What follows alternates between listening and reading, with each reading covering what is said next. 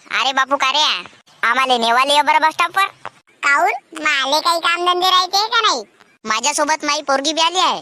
मामी मी आलो. भोंगाड्या भाषा, तू पैदल आला का भाड खाऊ? आम्हाला गाडी नाही आणला का नेवाला?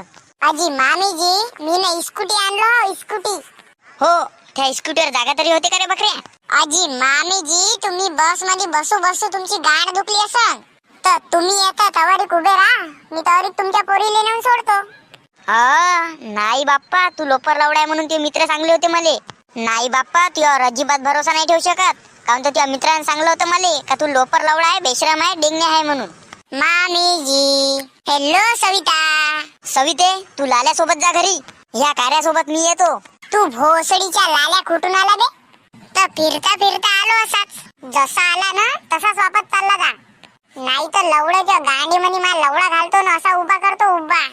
मम्मी मी कार्याच्या गाडीवर बसतो ना. डार्लिंग सविता, तुझ्यासाठी मस्त नवीन सीट टाकलो. लवकर चल माझ्यासोबत, नाही ते येऊ नाही देत तुले.